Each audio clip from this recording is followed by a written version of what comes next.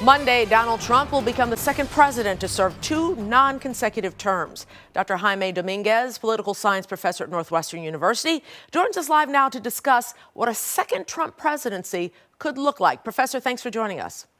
My pleasure. Thanks for inviting me. Well, first of all, let's jump right to what happened today. A ceasefire in the Gaza Strip, and Trump's Middle East envoy was also in those negotiations. Both Trump and Biden taking credit for that. How's that going to affect this new presidency? Well, I think what it's going to do is it's going to ensure now that the Trump administration has an opportunity, I think, to have some input in terms of what happens now in Gaza from a political standpoint, political standpoint. So I think the fact that both were involved in this ceasefire, I think it's good for the region and it's good for the country. So this is not a partisan issue for me. Some are saying that it was Trump, digging in and saying a lot of things that on his first day he would end the Gaza war, the war in Gaza. Do you think that had a lot to do with it, or you're just pretty much staying bipartisan? No, perhaps, no doubt about that. I mean, that was something that he was pushing for, leading up at the end of his campaign, that he wanted to make sure that the hostages were brought home. But at the same time, it gives him a chance to take credit for that.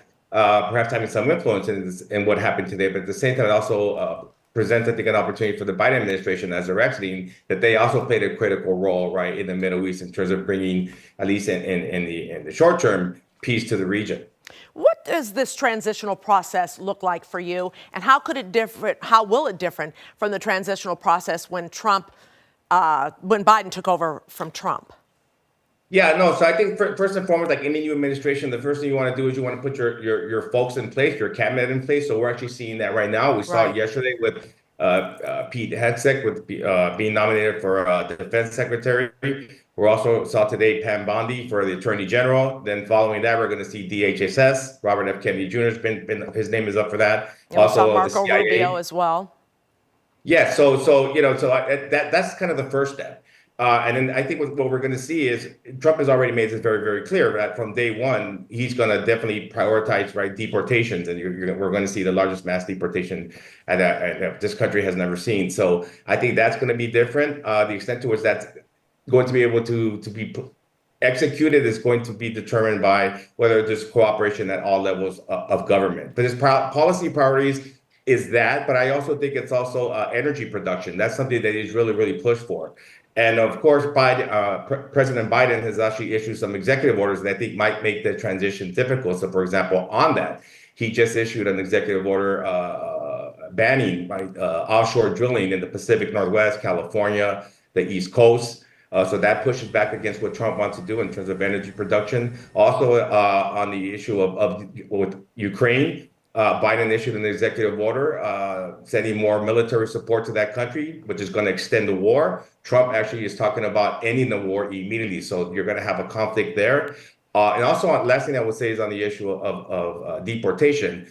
Biden also issued an executive order that would issue sweeping protections